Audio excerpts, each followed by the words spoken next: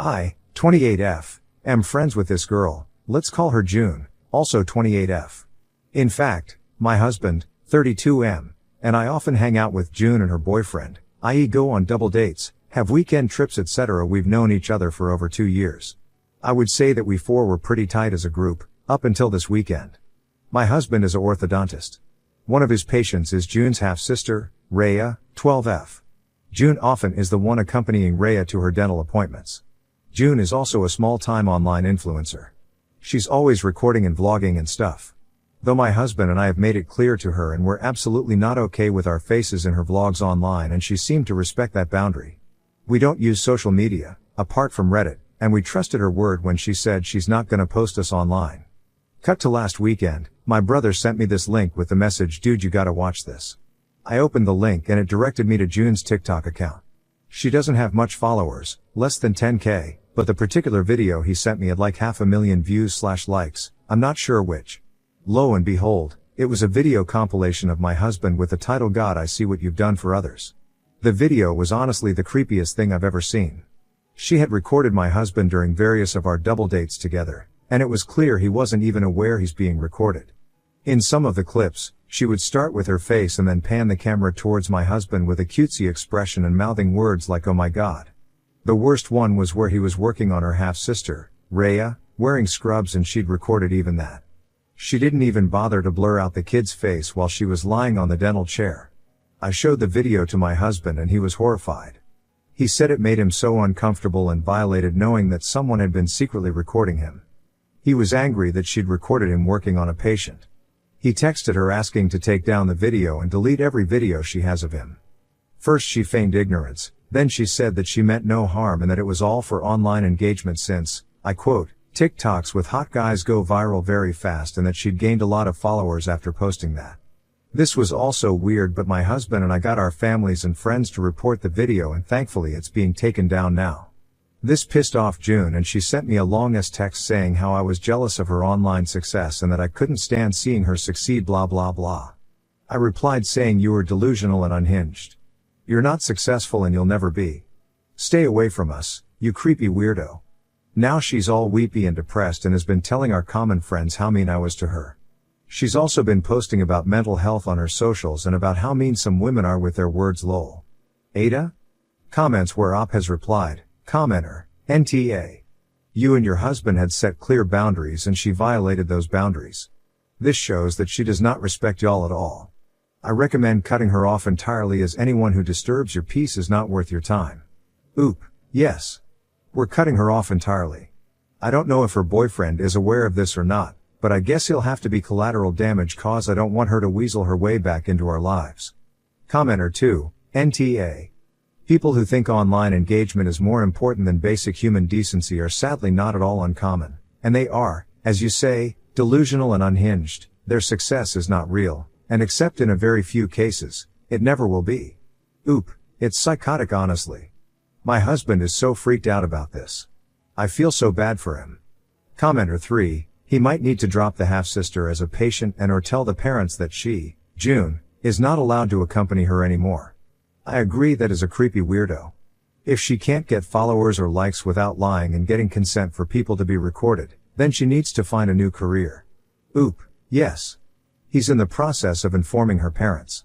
I don't think he's gonna drop her as a patient, as her treatment is almost done and it's gonna be hassle for her to find a new orthodontist. Commenter 4, he needs to ban her sister, your former friend, Rule from the room while he is treating the patient. He needs to have a female staff member assist him and act as chaperone should your friend try to make baseless accusations. Oop, there's a rule in his practice that a female dental assistant has to present whenever they, the male doctors, are working on female patients, as most of the patients are young kids/teens and they might be more comfortable with a woman around. Even in the video she posted, there is a woman assisting my husband. He's reached out to the kids' parents. They're being given two choices. Either they chaperone their daughter or they need to find a different orthodontist. I really hope it doesn't come to baseless accusations though. Update 1, I don't want to make another post for the same thing and I doubt I'm gonna be updating again. 1. My husband's practice reached out to Rhea's parents and informed them about the situation via an email, as they wanted everything documented, like I mentioned in the comments. The parents have responded. They are shocked and very, very apologetic. They have agreed to chaperone Rhea on her appointments instead of June. They wanted to meet my husband personally to apologize, but he informed them that that won't be necessary. 2. June's TikTok video is still in the process of being taken down. No new updates on that. I guess she contested the reports or something. I'm not entirely sure. My husband and I have blocked her. My brother is keeping an eye on her account though, just in case she posts something else about us. We'll see what to do with / when it happens. We're gonna be consulting a lawyer if she bothers us again in the future. 3. My husband is kinda shaken up / upset / annoyed about this whole thing. He's taken some days off from work and so have I. We'll plan a trip somewhere maybe, to take his mind off of these things. Right now, I need to be there for him. I won't be posting anything for now. 4. We haven't contacted her boyfriend yet. My husband is not in the right headspace right now and I feel it'll be better if we focus on ourselves for the time being. We don't want the added headache of how the boyfriend will react / if he's in on this or whatever. We'll inform him after some time. I know this is selfish but I think it's for the best. Thank you all for the responses. Smile update 2. I genuinely hoped I wouldn't be updating this story again, but life had other plans. We thought the drama was done, but nope. We filled June's boyfriend in on everything, and he was shocked, hurt, and confused. Turns out, June managed his social media, and he had no clue what she was posting. He thanked us, and we thought that was it. But then he asked to meet up, saying he needed to discuss something. To be honest, we were extremely hesitant to meet with him. We were so done with the drama and didn't want to get sucked back in. But, he seemed genuinely concerned and willing to listen, so we agreed. At the meeting, he revealed he'd confronted June. She broke down, professed her love, and claimed her obsession with my husband was for social media clout. Apparently, his total package made for great content. When he asked to see her phone, she refused. So, he checked her laptop. And found hundreds of sneaky photos and videos of my husband. And, for laughs, she had pics of me looking my absolute worst, mouth open while eating, weird faces, the works. I think I'm pretty good looking, but these photos were the opposite. It's like she wanted to prove a point about my husband's ugly wife. June's boyfriend dumped her. But, honestly, we're even more freaked out now. The scale of her obsession is terrifying. Hundreds of photos and videos? That's not just a crush, that's fixation. The thought of her escalating to something more is keeping us up at night. As a small consolation, June's boyfriend made her delete the videos from her social media and laptop. But, God knows how many more copies she has. Despite June not reaching out after all this went down, we're still on high alert. Her radio silence is kinda unnerving, and we're bracing ourselves for whatever might come next. Hopefully it is in fact just for social media clout, not some weird baby reindeer type obsession with my husband. It's kinda unsettling how she was friends with me for over 2 years. We hung out often, we've gone on weekend trips with her and her boyfriend, we have so many mutual friends, and yet no one knew she's doing this behind our backs. Either I'm bad at reading people or she's very good at being sneaky and deceptive. I'm also mentally kicking myself for not realizing that someone was taking pictures of me. I feel my husband and I both need to be less dumb and more aware of our surroundings. Lol. On a brighter note, Rhea's parents are super thankful to my husband for still treating Rhea after everything. That's it for now. Hopefully, this is really the end. Update 3, I really didn't want to update this situation, but things have taken a seriously dark turn. When I posted about June's thing for my husband a month ago, I thought it was just some weird crush. Now? It's flat out terrifying. The day after my last post, my husband got a super creepy message from a random number. You have got it all wrong. Please meet me. I'll make you understand. We freaked. Lawyers and cops are on it, trying to get a restraining order. Both our workplaces have ramped up security, and we've warned friends and family to keep an eye out. This whole thing is destroying my husband's mental health. He's anxious 24/7, wondering if he's being followed. He's stopped going to work because the feeling of being watched is overwhelming. We're trying to prioritize his safety. And honestly, it's breaking my heart. The other night, he broke down in tears. I've never seen him cry before. It was shattering. He's been talking to a therapist online, trying to cope with the stress and anxiety. But even that's not easing his mind. He's consumed by fear for my safety, constantly worrying that June will harm me to get to him. We're covering our bases, security cams, dash cams, the whole works. And I've scoured our home twice for any hidden devices. Thank God, all clear. If things get worse, we're prepared to up and move. Honestly, it's better to have a life in a different state than be dead here. It's heartbreaking to think about leaving our friends, family, and everything behind, but we'll do what it takes to stay safe. Some of the advice on here was really helpful. and I've done most of what was suggested. If anyone, has any more insights, please share. I'm desperate at this point tbh. Update 4, November 9th, 2024. I've been sharing some updates on a pretty unsettling situation we've been dealing with. For those who haven't seen my previous posts, the short version is that my husband and I had a friend, June, who started acting super obsessively toward my husband.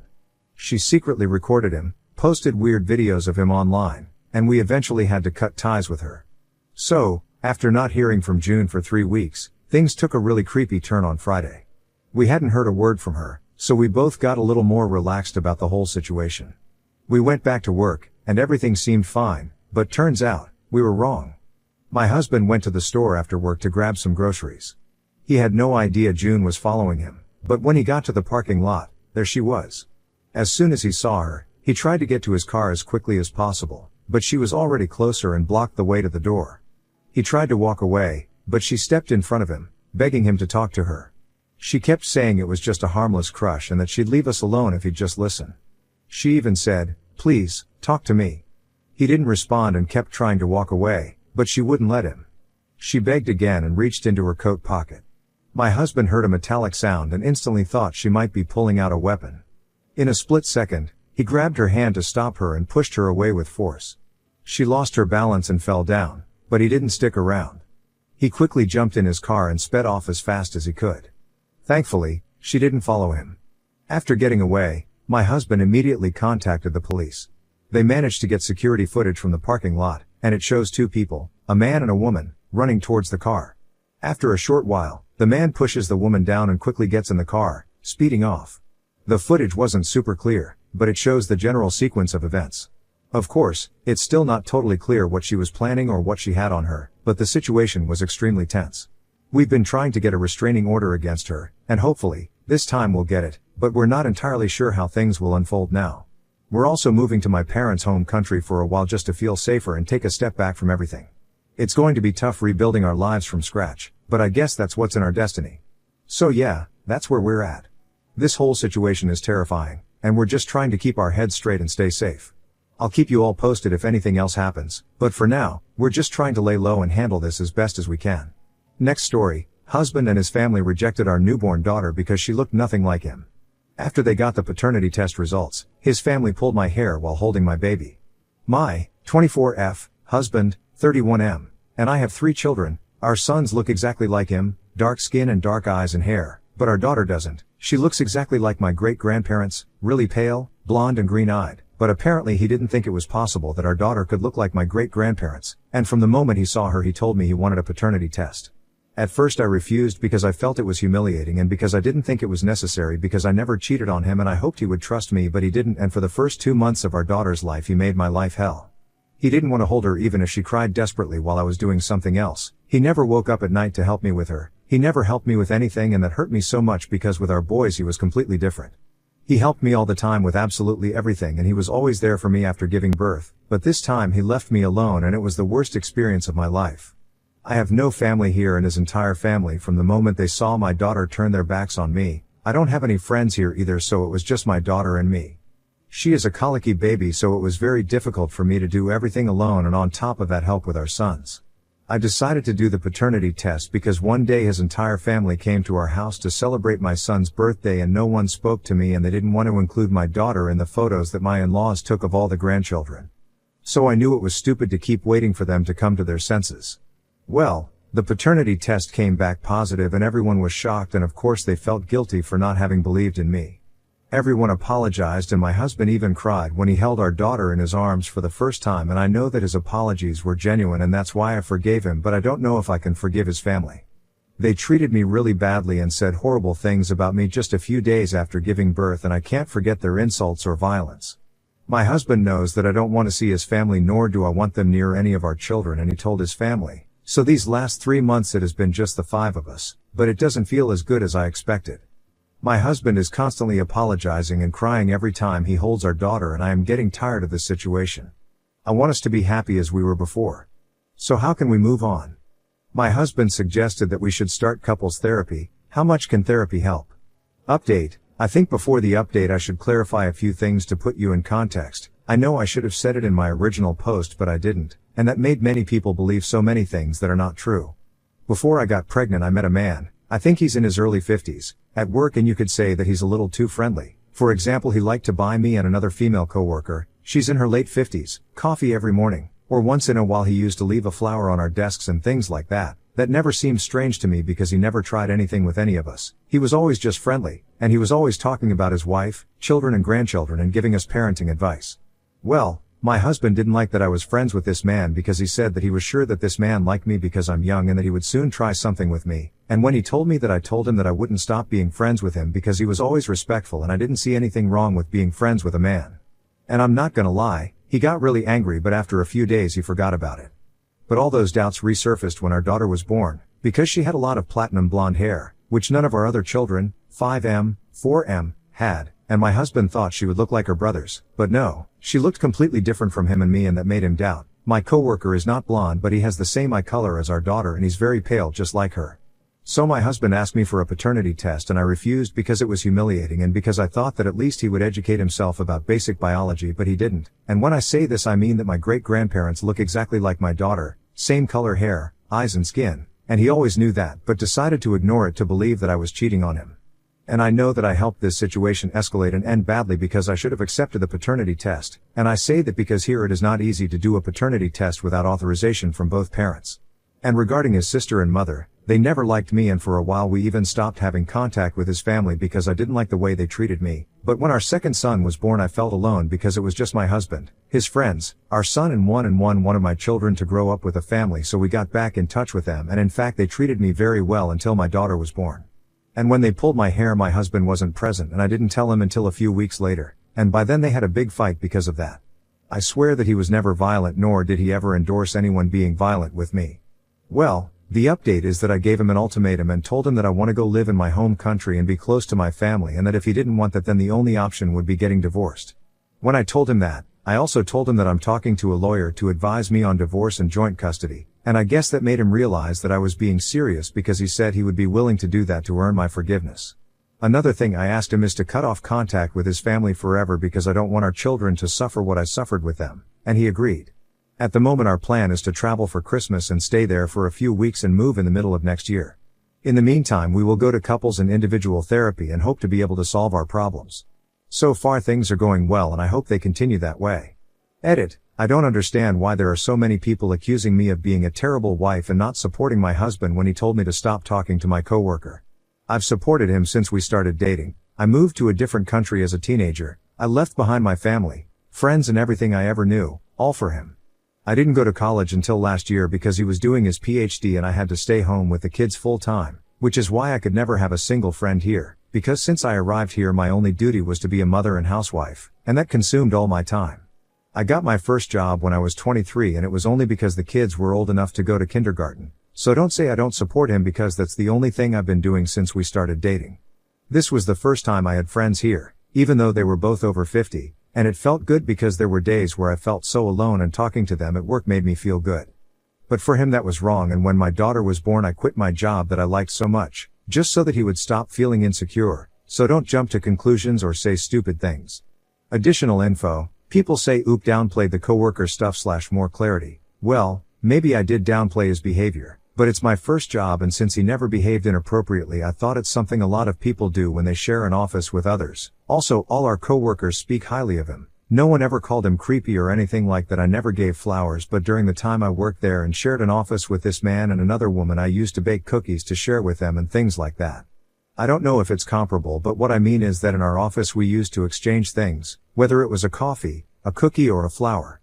One more response to the downvoted people who think she's going too far and cutting them off. His family rejected my daughter since she was born. They pulled my hair during a one-sided fight when I was holding my daughter. They mistreated me when I was pregnant with my first child, so why should he keep in touch with people who don't respect his wife or his daughter?